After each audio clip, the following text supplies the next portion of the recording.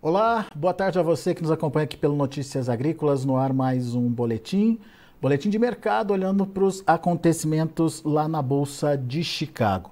Hoje foi mais um dia negativo para a soja, quedas aí variando de 11 a 18 pontos nos primeiros vencimentos. A gente tem aí uma movimentação negativa para milho também, e o trigo acabou seguindo essa tendência e fechando com baixas também. A gente vai conversar sobre esse mercado com o Cristiano Palavro, direto lá da Pátria Agronegócios, direto lá de Goiânia. Seja bem-vindo, meu amigo. Obrigado mais uma vez por estar aqui com a gente e ajudar a gente a entender aí um pouquinho mais desse mercado. Mercado encerrando a semana pressionado. Um movimento aparentemente normal por ser véspera de feriado, Cristiano? Muito boa tarde, Alexander. Boa tarde a todos que nos acompanham. Prazer sempre falar contigo. De certa forma, sim, viu, Alexander? A gente sabe que esses feriados prolongados, né, como a gente vai ter aí 3 dias sem operações, somando com o fim de semana, há naturalmente um movimento aí mais agressivo de saída de posições, né, por parte daqueles fundos e investidores, já que 3 dias é um período considerado grande, né, para o mercado financeiro, onde mais coisas podem aparecer no radar e quem estiver posicionado pode sofrer alguma pressão nessas posições. Então, naturalmente, a gente já tem sim um movimento técnico normalmente mais ligado à venda de posições em vésperas de feriado. Mas também temos alguns fundamentos aí que contribuem um pouco para essa queda. Eu destacaria aí entre esses pontos principais uma percepção de temperaturas já um pouco mais altas aí chegando no curto prazo para os Estados Unidos, né? Isso vai trazer temperaturas de solos mais adequadas aí para o avanço do plantio. Isso é um fator de pressão, já que um bom desenvolvimento da janela de plantio garante que eles consigam efetivamente plantar tudo aquilo que está planejado, né? Sem grandes mudanças também no mix de culturas ali. Então, esse é um fator importante.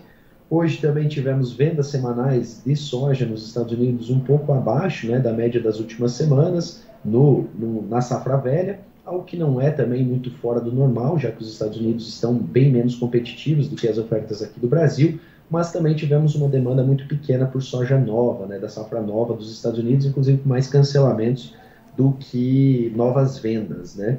E também temos aí, na minha visão, um efeito de uma menor demanda concentrada para o curto prazo aqui no Brasil. Os chineses já têm uma cobertura bastante grande para as posições de maio, né? Na minha visão já chega aí a 90, até um pouquinho acima disso, por cento do que eles precisam comprar de soja importada. Isso acaba diminuindo a demanda de curto prazo e acaba também aí limitando o interesse comprador. Isso, sem dúvida, pesa sobre os preços. Nós falamos só de Chicago ainda, né, Alexander? Mas também os prêmios voltaram a ficar pressionados aqui no Brasil e quem nos acompanha aí está vendo que os preços ofertados hoje nos portos, nas tradings, nas indústrias, ficou menor do que estava aí mais na terça e na quarta-feira. Quer dizer, teve o efeito de Chicago com a queda de hoje, mais uma pressão maior dos prêmios. Essa altinha do dólar hoje não refrescou em nada, né, Cristiano? Não, realmente uma alta muito pequena no câmbio hoje, né? Não chega aí a ajudar o mercado. Não foi suficiente aí para pelo menos manter os preços estáveis. As praças que a gente consultou hoje, na grande maioria delas, assim como nos portos, nós tivemos preços menores do que ontem. Muito bem. Vamos entender as tendências, então. Você estava me contando, antes da gente entrar no ar, que existem possibilidades de mercado diferentes de acordo aí com o momento. Curto prazo, médio prazo e até para longo prazo.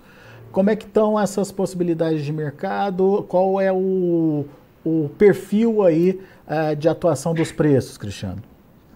Vamos lá, Alexander. Minha grande preocupação nesse momento é com os produtores que vão precisar acessar o mercado ainda no mês de abril, ainda nesses próximos dias e semanas, porque vai ser muito difícil a gente ter uma recuperação muito consistente nos preços daqui em diante. Semana passada até foi um momento bem mais animador para o mercado, Chicago deu uma reagida, nós tivemos um período de estabilização dos prêmios, começou a dar sinais que a gente podia estar encontrando um fundo do poço sazonal aí, mas nessa semana esse otimismo perdeu um pouco de força. A gente vê que esse começo da safra americana, já com uma sinalização de baixo risco climático, pelo menos para o começo da janela, somada essa demanda que ainda está muito aquém do que poderia estar, e uma safra brasileira que ainda tem muita coisa não vendida, realmente coloca dificuldade para uma melhora agressiva dos preços de curto prazo.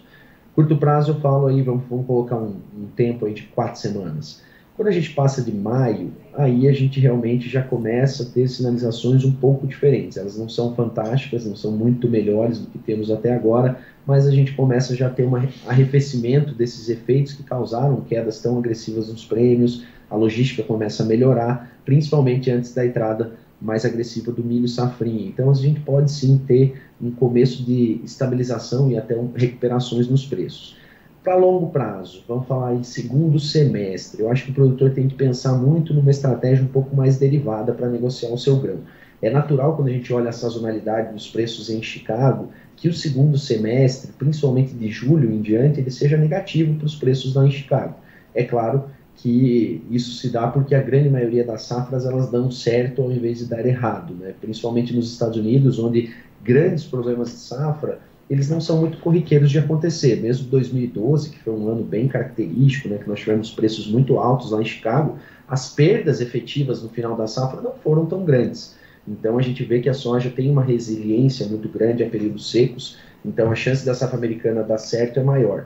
Pensando nisso, estratégias aí de proteção do Chicago para quem vai carregar o grão mais para frente fazem muito sentido na minha visão, na visão da Pátria, porque dessa forma o produtor consegue travar uma ponta importante dos preços, que é essa ponta Chicago, que ainda está em patamares razoavelmente bons e consegue carregar o grão, podendo aproveitar uma recuperação dos prêmios, tendo ali uma salvaguarda nos preços em Chicago. Só para a gente entender, Cristiano, o que você está dizendo, hoje a gente olhando lá para frente, a gente tem uma diferença grande dos preços praticados. E ainda assim você diz que esses preços são defensáveis, aí, é bom se defender usando esses preços? Pode ser pior que isso, então? É isso? Sim, sim, Alexander. Hoje, se a gente olhar até o contrato julho, os preços não estão muito diferentes, né? Até o contrato agosto ali não estão muito diferentes do que a gente tem para os spot, para o preço spot. Setembro em diante, realmente a diferença é grande. Que é a safra americana, né, Cristiano? Desculpa, não entendi. Que é a safra americana já sendo precificada, né? Exatamente, exatamente. Então, por mais que a gente olhe esse futuro e veja que os preços já estão bem menores do que agora, a gente tem uma compensação via prêmios. Se você olhar os prêmios projetados, né, porque negócios efetivos não estão acontecendo de forma muito agressiva, o prêmio de setembro está infinitamente melhor que o prêmio hoje. Então, de certa forma, ele já compensa essa curva negativa do Chicago lá para frente. Então, de fato, se a gente tem uma pressão muito grande sobre Chicago nos contratos mais curtos, os contratos mais longos podem até cair menos, mas eles também vão cair. Então, de certa forma, uma tática de proteção do Chicago, mesmo nesses contratos mais longos, que já estão em patamares aí bem menores do que os atuais, ainda faz sentido, sim. Muito bem. Deixa eu voltar um pouquinho para o curto prazo. Essa questão da pressão da safra brasileira vai continuar, como você bem explicou para a gente, mas uma demanda mais agressiva da China poderia mudar esse cenário, ou tem possibilidade disso acontecer, Cristiano? Olha, sim. O que a gente está vendo é que as margens de esmagamento na China vieram se deteriorando ao longo das últimas semanas. Isso acaba sendo um fator negativo para a demanda. Se a gente tem uma mudança nessa sinalização, a gente volta a ter vendas mais aquecidas de farelo na China, com margens melhores, a gente pode ver sim essa demanda acontecendo de forma agressiva. Um fato importante de sempre deixar claro é que a soja brasileira hoje é a mais disponível e a mais barata do mundo, com uma grande vantagem sobre outras origens. Então, a demanda ela vai existir e ela vai encontrar o Brasil como o principal fornecedor, sem dúvida. Então, hoje a gente não vê uma disruptura tão grande pelo lado da demanda. A gente vê uma disruptura logística no Brasil, a gente vê uma grande oferta no mercado, mas não há sinais tão negativos do lado da demanda que mostrem que a China vai ter uma compra muito menor do que projetado. Hoje ainda as projeções de compra da China são crescentes em relação ao que a gente tinha na safra passada. O problema é que a gente tem muito mais soja hoje aqui no Brasil do que tínhamos no passado e temos aí esses embarques um pouco mais lentos, a capacidade logística sendo testada, então a não necessidade de compra agressiva por parte das indústrias nesse momento, porque eles sabem que vão ter produto mais à frente aí disponível no mercado. Então essa conjuntura toda acaba colocando essa pressão negativa que a gente vê por agora, e não só uma demanda que vem perdendo força com muita consistência na China ou outras partes do mundo. Mas A demanda, a China pode tem falar. necessidade de comprar? Precisa comprar de curto prazo? Precisa principalmente do junho em diante, viu, É, né? Alexander? Para maio, como eu falei mais cedo, eles já estão com 90, 92% da sua necessidade já comprada. Então, a demanda para embarques muito curtos, ela vai ficando muito pequena nesse momento. E isso já se reflete até no interesse de compra das empresas aqui dentro do Brasil. Grande parte dessas empresas já estão procurando só embarque maio, embarque junho, pagamento julho, e isso coloca ainda mais pressão para o produtor que tem uma despesa mais curta, né? Ele muitas vezes não vai encontrar a liquidez necessária no mercado para ter o recurso a tempo de quitar essas despesas. Então, olhando para esse cenário de curtíssimo prazo, dá para dizer que quem puder esperar um pouquinho pode ser uma boa estratégia? Olha, para quem precisa de caixa muito imediato, vamos falar aí até o começo de maio, não há muito espaço para esperar demais, viu, Alexander? Realmente, assim, está no momento que a recuperação ela pode ser difícil nesse momento. Para quem consegue segurar segunda quinzena de maio, junho, hoje eu avalio que sim, é uma estratégia que pode ser, sim, interessante. Pode aí casar com alguma operação, alguma coisa para trazer uma proteção para esse seu mercado, mas se há espaço para carregar esses compromissos financeiros um pouco mais para frente, eu não entraria no mercado agora. E essa oportunidade viria entre os fatores que você já citou, dessa menor disponibilidade de soja, não em termos de volume, mas em termos de necessidade do produtor estar ofertando, certo? Sim, esse é um ponto importante sempre, né? A pressão de venda do produtor, ela acaba mexendo também com os preços, e a gente sabe que 30/4, 30/5, a gente sempre fala disso, né? São datas importantes, muitas despesas ali chegando, compromissos do custeio, muitos produtores já fazendo negociações de soja, já quitando custos da safra que vem. Passado esse momento, onde o produtor quita boa parte do que ele precisa para o curto prazo, o próprio produtor tem uma capacidade maior de segurar essa soja. E à medida que a necessidade de compra das empresas vai chegando e há essa resistência de venda por parte do produtor, os prêmios começam a reagir, o mercado começa a reagir, estimulando a originação desse grão. Por enquanto está muito folgado para as empresas, vamos dizer assim, porque eles sabem que existe a soja e existe, de certa forma, uma necessidade de venda por parte do produtor. Quando essa necessidade passar, a gente vai ter uma briga um pouco maior por esse grão, e o produtor pode conseguir batalhar melhor os preços, já que essa necessidade de venda passa. Só que tem um ponto importante também, Alexander, a gente tem uma capacidade logística limitada, né? E a gente vai chegar no metade do ano com uma safra de milho aí entrando no mercado também. Uhum. Essa pressão de necessidade de venda com a entrada do milho também é um fator de se pensar, de estar no radar ali para frente, que a gente pode ter uma nova onda de oferta de soja por causa da necessidade de liberação de espaço para a entrada do milho, que em algumas regiões vai chegar cedo, né? A gente sabe que, por mais que o plantio tenha atrasado nesse ano, uma grande parte da safra foi plantada dentro de uma janela bem precoce. A partir de meados de maio, ali, a gente já vai ter milho chegando no Mato Grosso, sudoeste goiano, sul do MS, e ao longo daqueles próximos 3 meses ali, a gente vai ter muito milho entrando, a pressão de armazéns, de cooperativas, vai acontecer para que se libere espaço, os prazos vão chegando, e aí a gente pode ter uma nova onda de oferta de soja e isso prejudicar essa recuperação dos preços. Mas hoje, como eu falei para você, nesse atual mercado, nessa atual conjuntura de preços, quem tem espaço temporal aí para carregar um pouco mais o grão, me parece interessante. Boa. E vai coincidir também com aquele mercado climático nos Estados Unidos, né, Cristiano? Realmente, a gente sempre tem muita volatilidade nesse período, né, que se intensifica principalmente a partir da segunda quinzena de abril. Normalmente, os preços em Chicago, se a gente pegar aí a sazonalidade das últimas 2 décadas, eles vão bater picos ali muito mais para o final de junho, início de julho, e depois com uma certa definição, plantio já definido, e uma certa definição das previsões de curto prazo ali, a gente já começa a ter uma ideia melhor da safra americana. Então, para a soja, de julho em diante costuma ser a maior pressão negativa para Chicago, enquanto antes disso é onde o mercado costuma formar seus topos, né? Então a gente pode ter ainda um fôlego aí pela frente pensando nesses preços em Chicago, mas é claro, o mercado é dia a dia, é acompanhamento, novos fatores vão chegando sempre, a gente precisa ter alguma dor de barriga em termos de clima, principalmente, para ajudar esse mercado climático realmente se reverter em melhores preços aqui para o produtor brasileiro. Muito bom. Agora, focando um pouquinho para essa questão do segundo semestre, da tendência mais de longo prazo, você falou da possibilidade de a gente observar preços ainda menores do que a gente está observando lá adiante.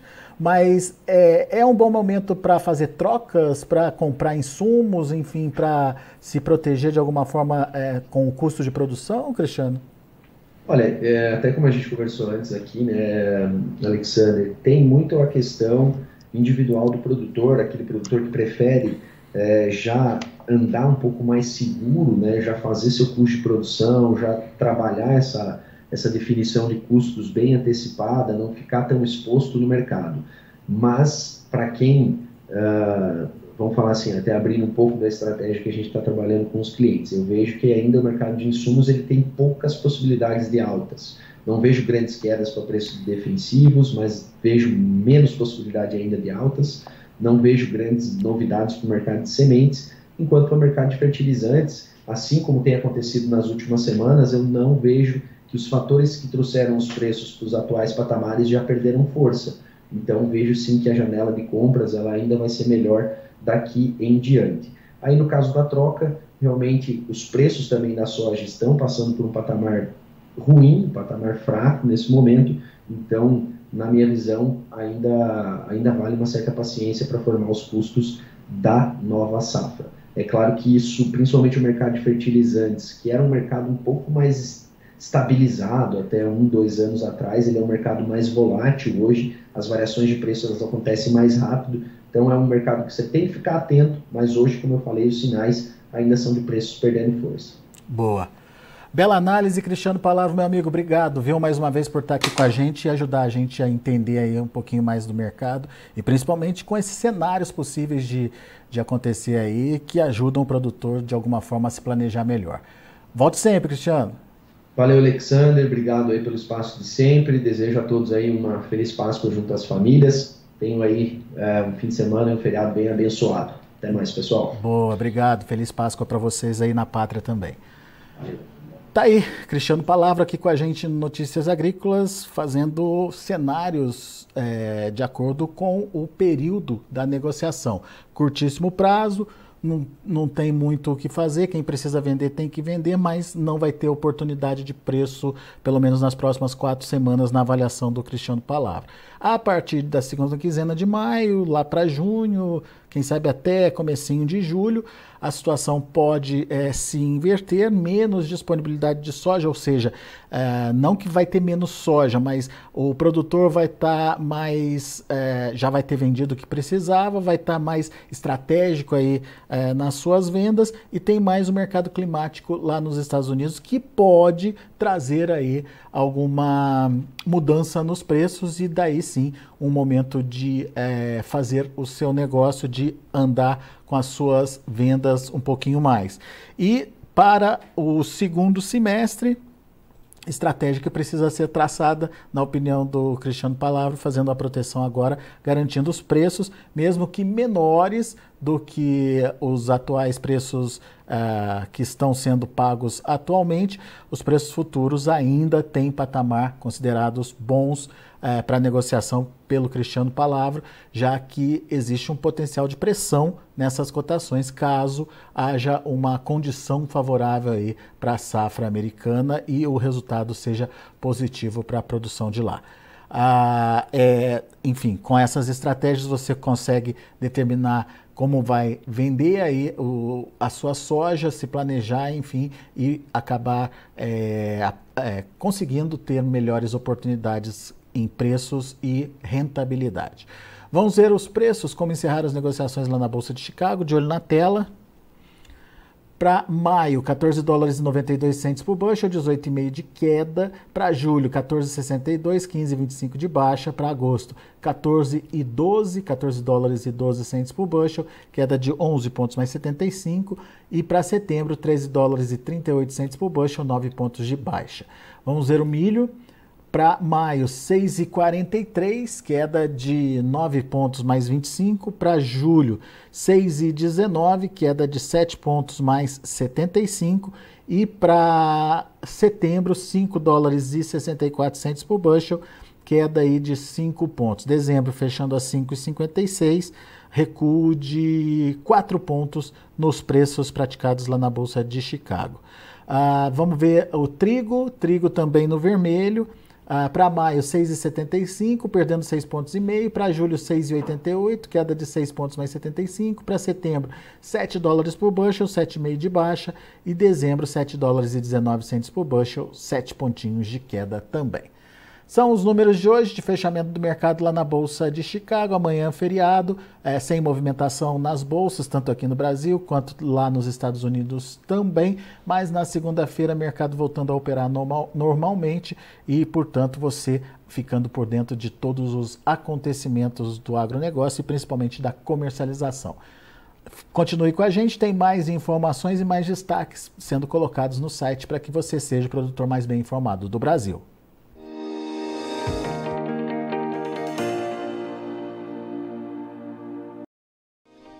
Se inscreva em nossas mídias sociais. No Facebook, Notícias Agrícolas. No Instagram, @Notícias Agrícolas. E em nosso Twitter, @Norteagri. E para não perder nenhum vídeo, não se esqueça de nos acompanhar no YouTube e na Twitch, Notícias Agrícolas Oficial.